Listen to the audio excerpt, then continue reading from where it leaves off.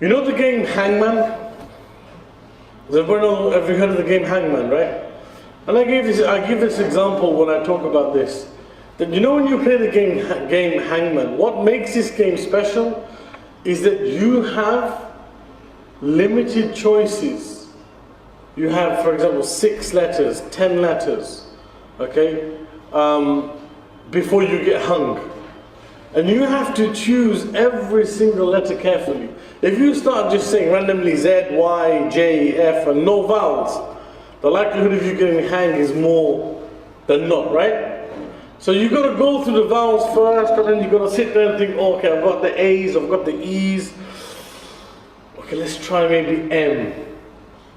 So what are you doing? You're thinking about the choices you're making because you know how limited it is. That is how life is. Life is literally like Hangman. You have to take everything serious and you have to think about it before you do it. And this is part and parcel of the tafakkur that we must do. As insan, as human beings, Allah subhanahu wa ta'ala tells us to think about this. Tells us to make our choices carefully. Why? A time will come when we will not be in a position to make any more choices. Those choices will be made for you and me. So, coming to my next point, man only realizes when he's at loss. I want to talk to you about the love of siblings. You know, guys, I have, alhamdulillah, there's 5 brothers including myself and 2 sisters. I'm sure you guys have got brothers and sisters, right? Often what we find is that people don't gel amongst each other. Brothers and sisters can live in the same house. Brothers and brothers will live in the same house, but you never talk to one another. Like, when's the last time a brother sat with a brother or took a brother out for a meal? I'm talking about your own brother, your blood brother, your siblings. When's the last time you took him out for a meal and you decided to sit down and actually share some love? I'll tell you a story about 2 brothers. This Mike doesn't like me, man. 5th time I've moved my hand and I've hit it. A story about 2 brothers. These 2 brothers, they live in Chicago. And alhamdulillah, I went over to Chicago a number of years ago, about 2 years ago now, 2 or 3 years ago in Ramadan. And I remember sitting in this room with these 2 brothers. And they would never make salam to each other. Never ever make salam to each other. And I used to wonder, like, guys, how do you do this? And I'd crack jokes between both of them. I'd pick on him and then I'd pick on him as well.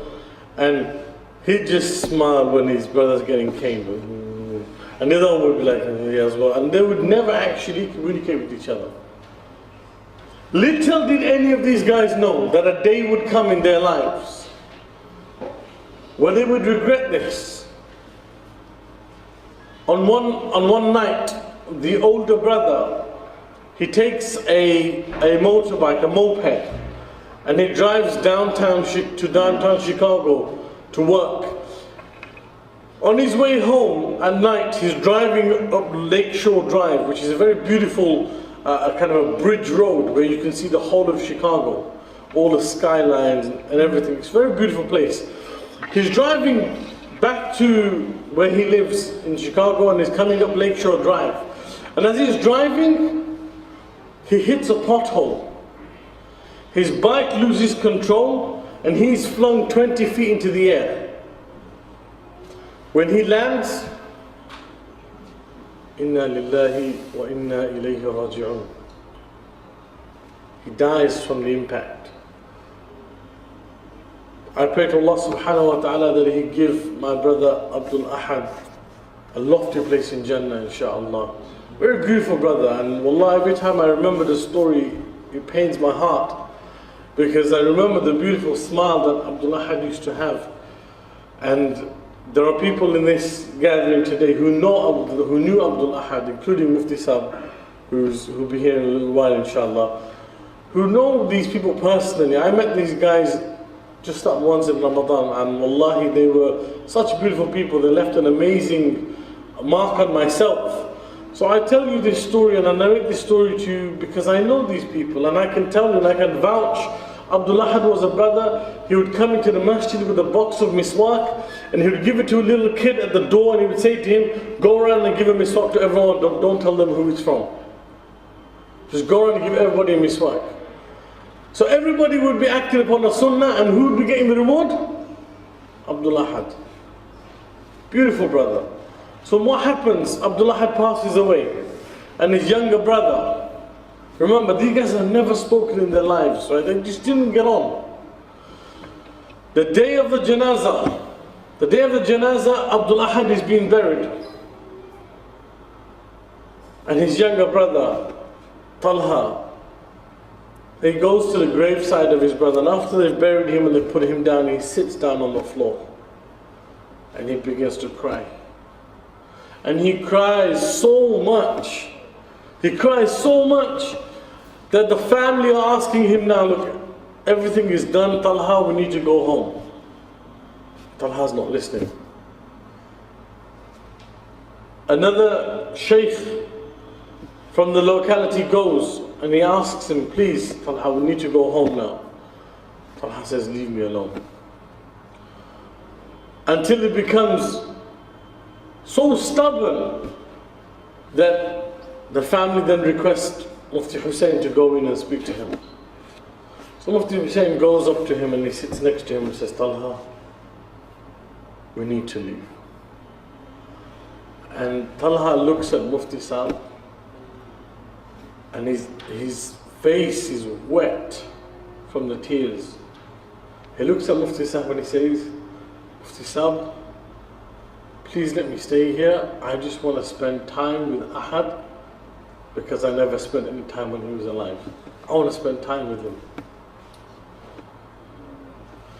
The Mufti Sahib put his arm around Talha and he said, Talha, come on, we need to go. And then Talha said to him, Mufti Sahib, please, I want to hug him. Just one hug. That's all I'm asking for. This is why I say to you, subhanallah, a day will come in our lives, wallahi, when we will regret the ni'mah that Allah gave us. Man is so stupid. Man is so silly. Man is such an idiot. Man does not want to change. Man does not want to take a lesson from these things. Right? I remember this story, wallahi, and it brings tears to my eyes. A day come in my life, imagine I died, or one of my brothers died. You know, when's the last time I told my brother that I loved him? When's the last time you went home and you told your brother or your sister that you loved them? Just yesterday I was looking at a post on Facebook and someone wrote that today my little brother came home and he bought food for me, like specifically for me, and they were so happy about it. There was a jubilation, there was so much happiness around it. So I ask you this question, as a brother, when's the last time you showed some love to your own brother? Wallahi, a day will come in your life where you will cry like the way Talha was crying for Ahad, but that chance will never come back again.